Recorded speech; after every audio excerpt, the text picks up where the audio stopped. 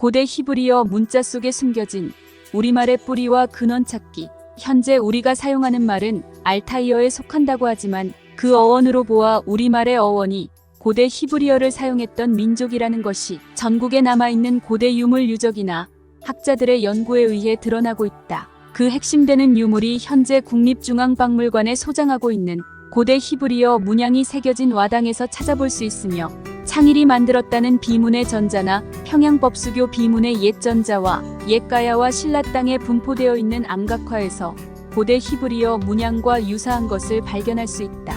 히브리어는 성경에서 믿음의 조상이라는 아브라함의 후손인 이스라엘 민족이 사용하는 언어이다. 아브라함의 고향이 고대 메소포타미아 문명의 발생지인 수메르의 갈대아 우르 지방이기 때문에 수메르어와도 같은 계열로 볼 수 있다. 이러한 글자가 옛 비문의 금성문으로 남아있는 것을 보아 분명히 단군 민족은 일찍이 고대 히브리 문자를 사용하며 문명이 뛰어난 민족임을 알 수 있다. 특히 주목할 만한 것은 이스라엘 12지파 가운데 성경상에서 사라진 단지파 민족의 풍속과 정체성을 밝힘으로써 우리말이 고대 히브리어에 뿌리를 두고 있음을 알 수 있다. 고대 수메르어를 연구한 강신택 박사는 수메르어와 우리말이 유사점이 많다고 했으며, 히브리어를 공부한 신학자들은 고대 이스라엘 말과 우리말이 비슷하다고 한다.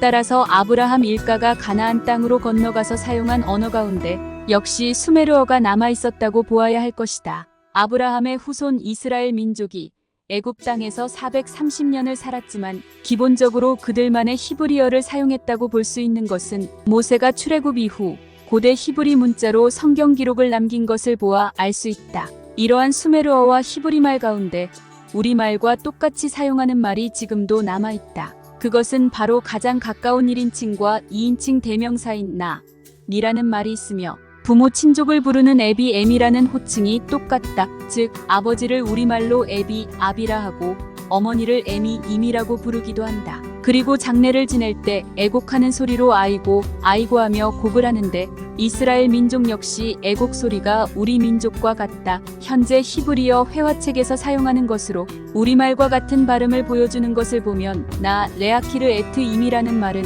우리말로 나는 나의 어머니를 소개하고 싶다로 해석하고 있다. 여기서 나라는 말과 임이라는 말은 현재 한국말로 사용하는 것이다. 뿐만 아니라 염동옥 목사는 우리말과 히브리어의 놀라운 유사성이라는 주제의 강의를 통하여 고대 우리말과 현재 사용하고 있는 순수 우리말의 어원이 이스라엘 말과 같은 점을 밝히고 있다. 심지어 고대 암각화나 한자의 원형이라는 갑골문자나 쐐기형 글자들을 고대 히브리어로 읽을 때 해석이 가능하다고 한다. 그 몇 가지 예를 들면, 먼저 신라시대 초기 왕의 호칭을 이사금이라 불렀는데 이와 뜻이 같은 히브리어로 제사장, 왕을 가리키는 말로 니사크라 하며 우리말과 발음이 유사하고 그 뜻은 똑같다. 또한 우리 민요 중에 강강술래가 있는데 우리는 노래말의 의미도 잘 모르고 있지만 히브리어로 그 음과 뜻을 풀이하면 놀랍도록 말뜻을 쉽게 이해할 수 있다. 즉 강강술래의 강강은 히브리어로 강강이라 읽으며 그 뜻은 둘러싸다, 울타리라는 의미라고 한다. 그 다음에 술래는 히브리어로 슈러라 하며 그 뜻은 걷다, 행진하다라는 의미라고 한다. 우리는 강강술래라는 노래와 춤 모양을 보고 여러 사람이 손에 손을 잡고 원형 울타리 모양으로 빙글빙글 돌면서 춤을 추고 흥겹게 노는 놀이로 알지만, 히브리어로는 강강술래라는 언어 속에 우리가 알고 있는 노래의 참 의미를 그대로 설명하고 있다. 이외에도 수많은 사례가 있는데 몇 개 더 예를 들면, 우리말의 미주알, 고주알은 히브리어로 미주르 고주르라고 한다. 미주르는 길이가 짧다는 의미이고 고주르는 키가 작다는 의미다. 이것은 무언가 작은 것이라도 꼼꼼하고 세밀하게 따지고 캐묻는다는 의미로 이해할 수 있다. 그리고 보름달 하면 둥글고 밝은 달의 이미지가 떠오르는데 히브리어로 보르라는 말이 있다. 보르의 뜻은 밝다는 의미이고 발음 또한 우리말 보름과 유사하다. 우리말 보름달은 히브리어의 보르의 달이라는 고유명사를 덧붙여서 밝은 달이라는 의미로 뜻이 통하게 된다. 더욱 놀라운 것은 우리말과 히브리어로 똑같이 발음하는 헬렐레라는 말이 있다. 이것은 히브리말로 바보, 미치다라는 의미라고 하니 우리말과 그 소리와 뜻이 거의 똑같다. 석양에 비치는 노을에 해당하는 히브리어의 노르라는 말이 있는데 그 의미가 빛이라고 하니 역시 노을이라는 우리말의 음과 뜻이 비슷함을 알 수 있다. 이처럼 두 민족이 서로 행방도 모르고 수천 년을 떨어져 살았지만 말의 어원을 알고 보면 두 민족은 분명히 고대의 같은 민족이었음을 실감할 수 있다. 한 민족의 정서를 가장 잘 나타내는 노래가 있다면 아리랑을 들 수 있다. 이 아리랑에 나타나는 아리랑, 아라리라는 가사.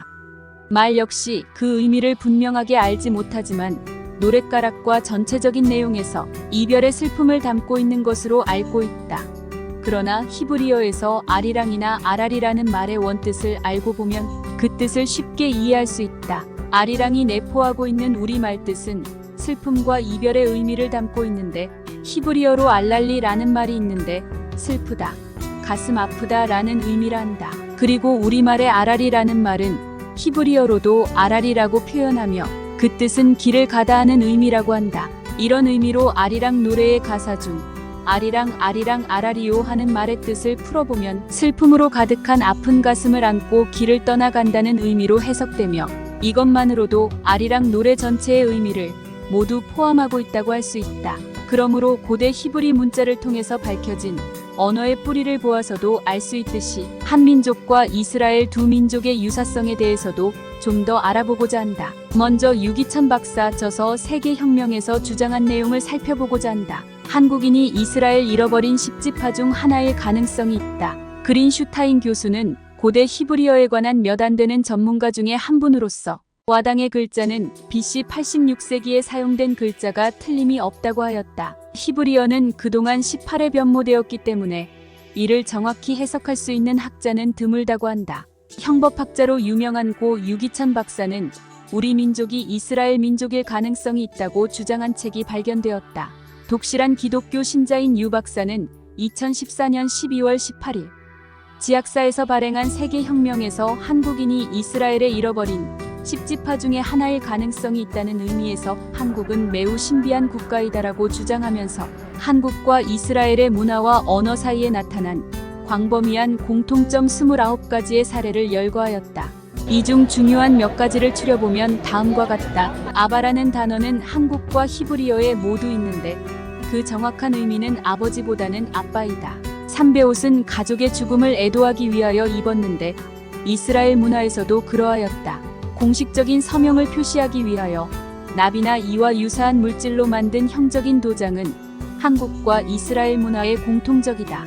백의민족이라는 표현에서 알 수 있듯이 한국에서 자주 입는 흰옷은 정결과 순결함을 의미하며 장례식 때 입는다. 전문적인 유급중매쟁이가 한국과 유대인의 공통적이다. 한국과 전통적인 유대 문화에서 신랑을 신부의 집에 데려가기 위하여 가마가 사용되었다.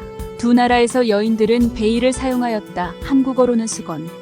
사랑하는 사람의 죽음 이후 7일간의 애도 기간이 있다. 히브리어는 시바이며 히브리와 한국 문화에서 행해지고 있다. 전통적인 유대와 한국 문화에서는 모두 집에서 신발을 벗는다. 한국인이나 유대인 모두 교육에 강한 관심을 갖고 있다. 이외에도 한국인과 이스라엘인들이 곡물을 운반하기 위해 마대를 사용한 점, 청동 접시를 사용한 점, 추석과 같은 국가적인 감사절기가 있다는 점, 아버지와 아들이 결코 같은 이름을 갖지 않는 점, 가발을 여자들이 흔히 사용한 점 등을 공통적으로 갖고 있다고 하였다. 유 박사는 영어로 세계혁명을 저술하였고 후학인 홍익대학교 법학과 음선필 교수가 번역하였다.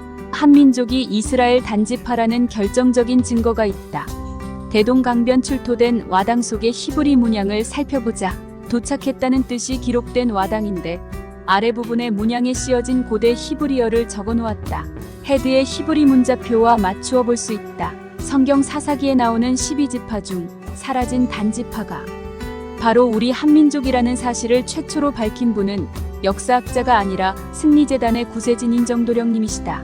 구세진인 정도령님은 1981년 설교 중 박물관에 가면 대동강변에서 출토된 기왓장이 있는데 거기에 히브리 문자가 씌어 있으니 가서 사진을 찍어오라고 하였고 청년들이 박물관을 찾아가서 그 기왓장을 사진을 찍어서 서울대 신사훈 박사에게 가서 거기 씌어진 것이 무엇인지 알아보라고 했다.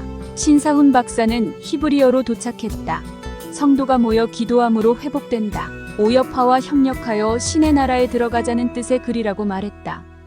따라서 위와 같은 사실을 신사훈 박사의 해석에서 그치지 않고 계속해서 이스라엘의 권위 있는 학자 또는 연구기관 등을 통해 이러한 사실을 국제적으로 입증받기 위해서 노력해왔다.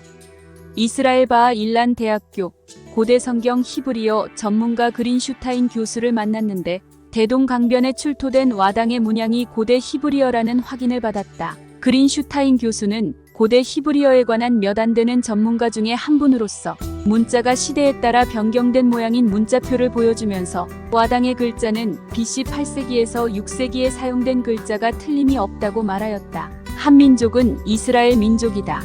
한민족과 고대 이스라엘 민족의 전통 관습을 비교해보면 두 민족은 동일 민족이라는 것을 알 수 있다. 동지와 유월절. 유월절은 모세가 애굽의 노예 생활을 벗어나 탈출한 것을 기념하는 날인데 이스라엘 민족은 이 날을 기념하기 위해서 양을 잡아 그 피를 문설주에 바르고 고기를 나누어 먹는 풍속을 즐겼다. 한반도로 온 단지파는 제물로 사용할 양이 없자 대신 팥죽을 쑤어 문설주에 발랐던 것이다. 제천 행사와 장례, 돌제단을 쌓아 제사 지내며 베옷을 입고 곡을 하는 것이 같다. 2005년 8월 7일 한국을 떠나는 우지 마노르 전 이스라엘 대사는 조선일보와 가진 인터뷰에서 이스라엘 고대왕국 시절 사라진 단지파 고조선의 단군일 가능성이 있어 그는 대학원 시절 국제관계를 공부하였고 전공이 동북아 지역이었는데 한국이 이스라엘과 많이 닮았다고 말했다. 이런 얘기를 들은 적이 있어요. 이스라엘은 고대왕국 시절 12개 부족으로 구성돼 있었습니다. 나중에 이민족의 침략을 받아 유럽, 아시아, 아프리카 등 사방으로 흩어졌지요. 그런데 지금까지 단 하나의 부족만 어디로 이동했는지가 미스터리예요. 그 사라진 부족의 성이 단인데 고조선의 시조가 단군 아닙니까? 재미있죠. 결론적으로 한민족이 이스라엘 민족과 깊은 연관이 있다는 사실은 누구도 쉽게 부정할 수 없을 것입니다. 감사합니다.